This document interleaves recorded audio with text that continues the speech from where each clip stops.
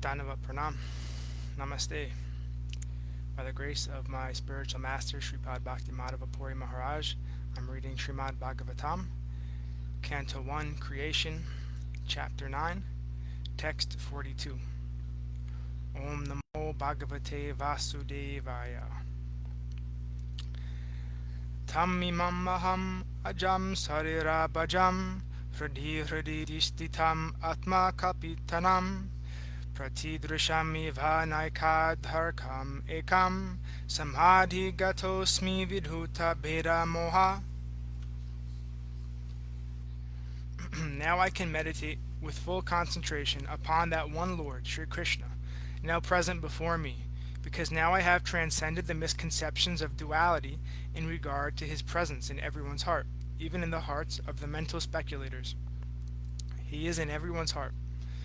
The sun may be perceived differently, but the sun is one. Purport. Lord Sri Krishna is the one absolute supreme personality of Godhead, but he has expanded himself into his multiplenary portions by his inconceivable energy. The conception of duality is due to ignorance of his inconceivable energy. In the Bhagavad Gita 9.11, the Lord says that only the foolish take him to be a mere human being. Such foolish men are not aware of his inconceivable energies. By his inconceivable energy, he is present in everyone's heart, as the sun is present before everyone all over the world. The Paramatma feature of the Lord is an expansion of his plenary portions. He expands himself as Paramatma in everyone's heart by his inconceivable energy, and he also expands himself as the glowing effulgence of the Brahma Jyoti by expansion of his personal glow. It is stated in the Brahma Samhita that the Brahma Jyoti is his personal glow. Therefore, there is no difference between him and his personal glow, Brahma Jyoti, or his plenary portions as Paramatma. Less intelligent persons who are not aware of this fact consider Brahma Jyoti and Paramatma to be different from Sri Krishna. This misconception of duality is completely removed from the mind of Bhīṣmadeva, and he is now satisfied that it is Lord Sri Krishna only who is all in everything.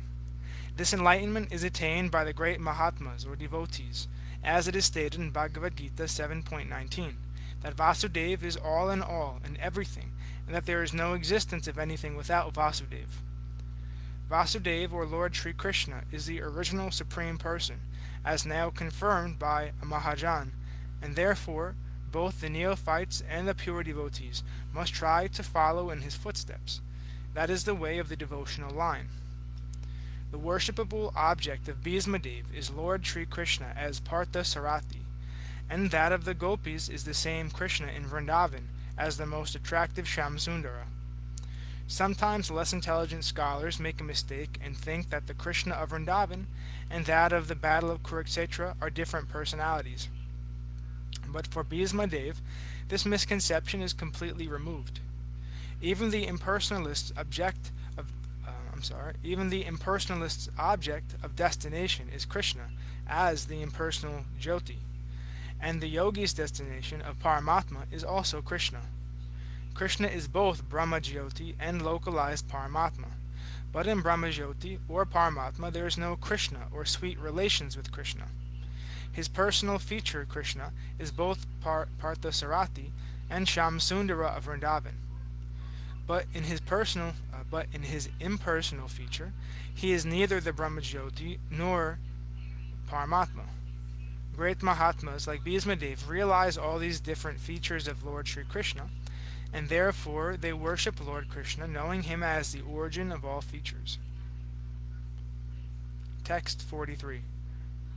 Sutta uvacha Krishna evam bhagavati manovagdrishti vrittibi atmanyatmanam aveshya sonrittasvasa uparamat. Sutta Goswami said, thus Bhīṣmadeva merged himself in the Supersoul, Lord Sri Krishna, the Supreme Personality of Godhead, with his mind, speech, sight, and actions, and thus he became silent and his breathing stopped. Purport. The stage attained by Bhīṣmadeva while quitting his material body is called Nirvikalpa Samadhi, because he merged his self into thinking of the Lord, and his mind into remembering his different activities. He chanted the glories of the Lord, and by his sight he began to see the Lord personally present before him. And thus all his activities became concentrated upon the Lord without deviation. This is the highest stage of perfection, and it is possible for everyone to attain this stage by practice of devotional service. The devotional service of the Lord consists of 9 principles of service activities, and they are 1. Hearing, 2. Chanting, 3. Remembering, 4. Serving the lotus feet, 5. Worshipping, 6. Praying, 7. Executing the orders, 8. Fraternizing, and 9. Fully surrendering. Any one of them or all of them are equally competent to award the desired result, but they require to be practiced persistently under the guidance of an expert devotee of the Lord. The first item, hearing, is the most important item of all, and therefore hearing of Bhagavad Gita and later on Śrīmad-Bhāgavatam is essential for the serious candidate who wants to attain the stage of Bhīṣmadeva at the end. The unique situation at Bhīṣmadeva's time of death can be attained, even though Lord Kṛṣṇa may not be personally present. His words of the Bhagavad Gita or those of Śrīmad-Bhāgavatam are identical with the Lord. They are sound incarnations of the Lord, and one can fully utilize them to be entitled to attain the stage of Sri Bhīṣmadeva, who was one of the 8 Vasus. Every man or animal must die at a certain stage of life, but one who dies like Bhīṣmadeva attains perfection, and one who dies forced by the laws of nature dies like an animal. That is the difference between a man and an animal. The human form of life is especially meant for dying like Bhīṣmadeva. Text 44. Sampadhyamanam ajnaya bhīṣmam brahmani nishkale sarve bhabuvuste tushnim vayam shiva dinatyaye. Knowing that Bhīṣma had merged into the unlimited eternity of the Supreme Absolute, all present there became silent like birds at the end of the day. Purport. To enter into or to become merged into the unlimited eternity of the Supreme Absolute means to enter the original home of the living being. The living beings are all component parts and parcels of the Absolute Personality of Godhead, and therefore they are eternally related with him as the servitor and the served. The Lord is served by all parts and parcels, as the complete machine is served by its parts and parcels. Any part of the machine removed from the whole is no longer important. Similarly, any part and parcel of the Absolute detached from the service of the Lord is useless. The living beings who are in the material world are all disintegrated parts and parcels of the Supreme Whole, and they are no longer as important as the original parts and parcels. There are, however, more integrated living beings who are eternally liberated. The material energy of the Lord, called Durga Shakti, or the superintendent of the prison house, takes charge of the disintegrated parts and parcels, and thus they undergo a conditioned life under the laws of material nature. When the living being becomes conscious of this fact, he tries to go back home, back to Godhead, and thus the spiritual urge of the living being begins. The spiritual urge is called Brahma Jigyasa, or inquiry about Brahman. Principally, this Brahma Jigyasa is successful by knowledge, renunciation, and devotional service to the Lord. Gyan, or knowledge, means knowledge of everything of Brahman, the Supreme, renunciation. Gyan, or knowledge, means knowledge of everything of Brahman, the Supreme. Renunciation means detachment of material affection, and devotional service is the revival by practice of the original position of the living being. The successful living being who is eligible to enter into the realm of the Absolute are called the Jnanis, the Yogis, and the Bhaktas. The Jnanis and Yogis enter into the impersonal rays of the Supreme, but the Bhaktas enter into the spiritual planets known as the Vaikunthas. In these spiritual planets, the Supreme Lord as Narayana predominates, and the healthy, unconditioned living beings live there by rendering loving service to the Lord in the capacity of servant, friend, parents, and fiancé. There, the unconditioned living beings enjoy life in full freedom with the Lord, whereas the impersonalist jnanis and yogis enter into the impersonal, glowing effulgence of the Vaikuntha planets. The Vaikuntha planets are all self-illuminating like the sun, and the rays of Vaikuntha planets are called Brahmajyoti. The Brahmajyoti is spread unlimitedly, and the material world is but a covered portion of an insignificant part of the same Brahmajyoti. This covering is temporary, and therefore it is a sort of illusion. Bhīṣmadeva is a pure devotee of the Lord. He entered the spiritual realm in one of the Vaikuntha planets, where the Lord, in his eternal form of Parthasarathi, predominates over the unconditioned living beings who are constantly engaged in the service of the Lord. The love and affection which bind the Lord and the devotee are exhibited in the case of Bhīṣmadeva. Bhīṣmadeva never forgot the Lord in his transcendental feature as the Parthasarathi, and the Lord was present personally before Bhīṣmadeva while he was passing through the transcendental world. That is the highest perfection of life. Text 45. Tatra dundu bayo nedor deva manava vadita samsam shusadhavo rajnam katpetu pushpa vrishtaya. Therefore, thereafter, both men and demigods sounded drums in honor, and the honest royal order commenced demonstrations of honor and respect, and from the sky fell showers of flowers. Purport. Bhīṣmadeva was respected by both the human beings and by the demigods. The human beings live on Earth and similar other planets in the Bhur and Bhuva group of planets, but the demigods live in the Svar, or heavenly planets, and all of them knew Bhīṣmadeva as a great warrior and devotee of the Lord. As a Mahajan, or authority, he was on the level of Brahma, Narada, and Shiva, although he was a human being. Qualification on a par with the great demigods is possible only on attainment of spiritual perfection. Thus Bhīṣmadeva was known all over the universes, and during his time, interplanetary travel was effected by finer methods than the futile endeavors of mechanical spacecraft. When the distant planets were informed of the passing away of Bhīṣmadeva, all the inhabitants of the upper planets as well as of the earth dropped showers of flowers to show due respect to the departed great personality. This showering of flowers from heaven is a sign of recognition by the great demigods, and it should never be compared to the decoration of a dead body. The body of Bhīṣmadeva lost its material effects due to being surcharged with spiritual realization, and thus the body was spiritualized when iron becomes red hot when in contact with fire. The body of a fully realized soul is not, therefore, accepted as material. Special ceremonies are observed for such spiritual bodies. The respect and recognition of Bhīṣmadeva are never to be imitated by artificial means, as it has become a fashion to observe the so-called Jayanti ceremony for any and every common man. According to authorized Shastras, such a Jayanti ceremony for an ordinary man, however exalted he may be materially, is an offense to the Lord, because Jayanti is reserved for the day when the Lord appears on the earth.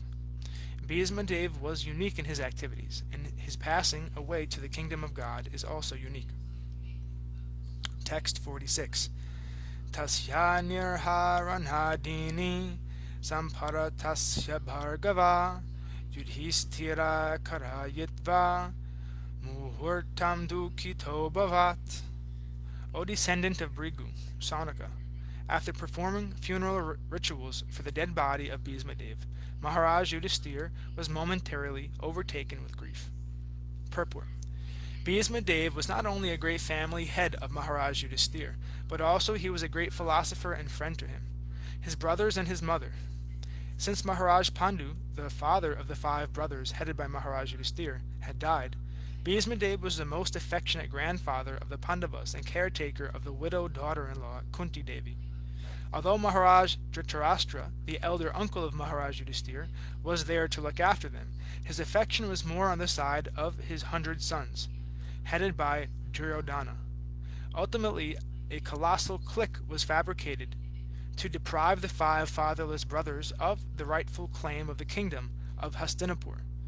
There was a great intrigue common in imperial palaces, and the 5 brothers were exiled to the wilderness. But Bhīṣmadeva was always a sincerely sympathetic well-wisher, grandfather, friend, and philosopher to Maharaj Yudhisthira, even up to the last moment of his life. He died very happily by seeing Maharaj Yudhisthira to the throne, otherwise he would have long ago quitted his material body, instead of suffering agony over the undue sufferings of the Pandavas. He was simply waiting for the opportune moment, because he was sure and certain that the sons of Pandu would come out victorious of the battle of Kurukshetra, as his lordship Sri Kṛṣṇa was their protector. As a devotee of the Lord, he knew that the Lord's devotees cannot be vanquished at any time. Maharaj Yudhisthira was quite aware of all these good wishes of Bhīṣmadeva, and therefore he must have been feeling the great separation. He was sorry for the separation of a great soul, and not for the material body which Bhīṣmadeva relinquished. The funeral ceremony was a necessary duty, although Bhīṣmadeva was a liberated soul. Since Bhīṣmadeva was without issue, the eldest grandson, namely Maharaj Yudhisthira, was the rightful person to perform the ceremony. It was a great boon to Bhīṣmadeva that an equally great son of the family undertook the last rites of a great man.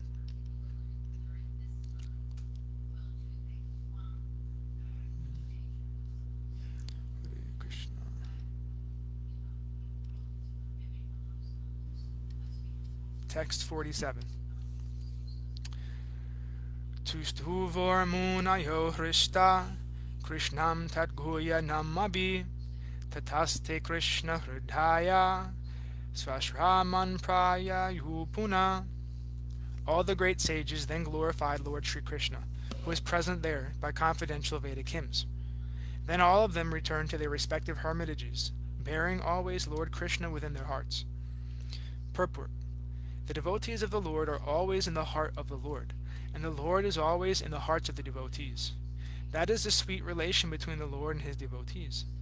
Due to unalloyed love and devotion for the Lord, the devotees always see him within themselves, and the Lord also, although he has nothing to do and nothing to aspire to, is always busy in attending to the welfare of his devotees.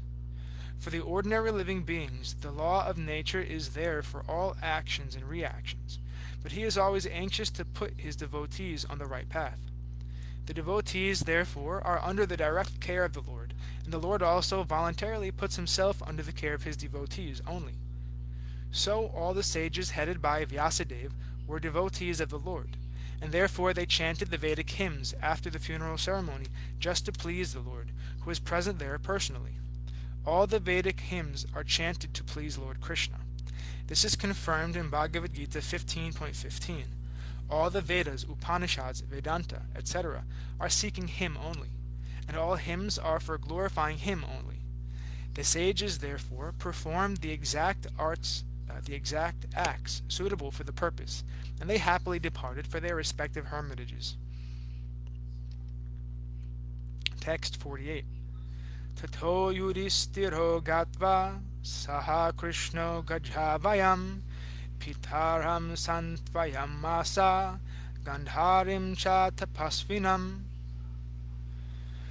Therefore Maharaj Yudhisthira at once went to his capital Hastinapur, accompanied by Lord Sri Kṛṣṇa, and there he could console his uncle and aunt Gandhari, who was an ascetic. Dhritarashtra and Gandhari, the father and mother of Duryodhana and his brothers, were the elder uncle and aunt of Maharaj Yudhisthira. After the battle of Kurukshetra, the celebrated couple, having lost all their sons and grandsons, were under the care of Maharaj Yudhisthira. They were passing their days in great agony over such a heavy loss of life, and were practically living the life of ascetics. The death news of Bhīṣmadeva, uncle of Dhritarashtra, was another great shock for king and queen, and therefore they required solace from Maharaj Yudhisthira. Maharaj Yudhisthira was conscious of his duty, and he at once hurried to the spot where Lord Kṛṣṇa, and satisfied the bereaved Dhritarashtra with kind words from both himself and the Lord also. Gandhari was a powerful ascetic, although she was living the life of a faithful wife and a kind mother. It is said that Gandhari also voluntarily blindfolded her eyes because of the blindness of her husband. A wife's duty is to follow the husband cent per cent, and the Gandhari was so true to her husband that she followed him even in his perpetual blindness. Therefore, in her actions, she was a great ascetic. Besides that, the shock of the The shock she suffered because of the wholesale killing of her 100 sons and her grandsons also was certainly too much for a woman. But she suffered all this just like an ascetic. Gandhari, although a woman, is no less than Bhīṣmadeva in character. They are both remarkable personalities in the Mahabharata. Text 49.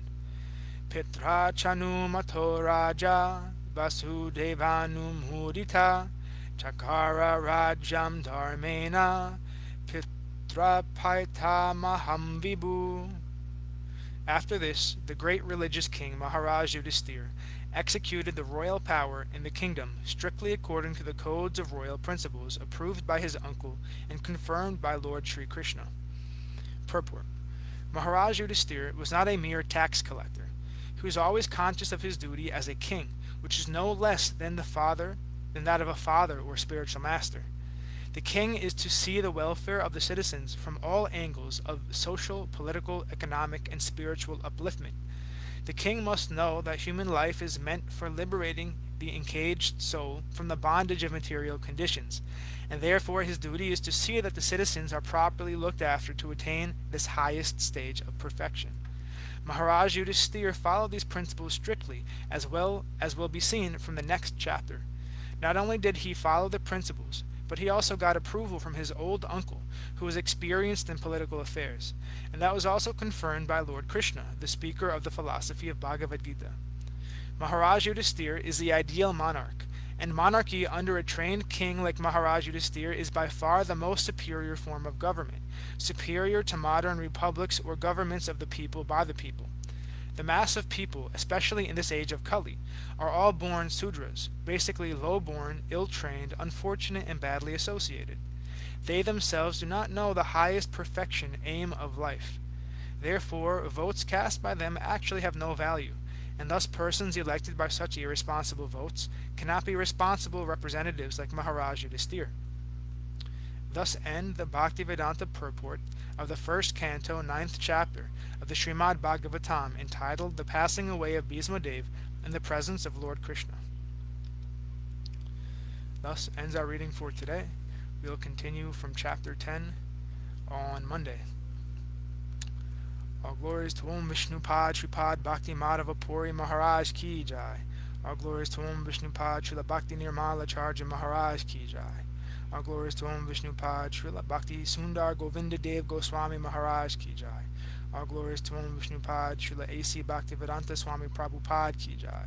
All glories to Om Vishnupad Srila Bhakti Rakshak Shridhar Dev Goswami Maharaj Ki Jai. All glories to Om Vishnupad Jagat Guru Srila Bhaktisiddhanta Saraswati Thakur Prabhupada Ki Jai. All glories to Arupanuga Guru Varga Ki Jai.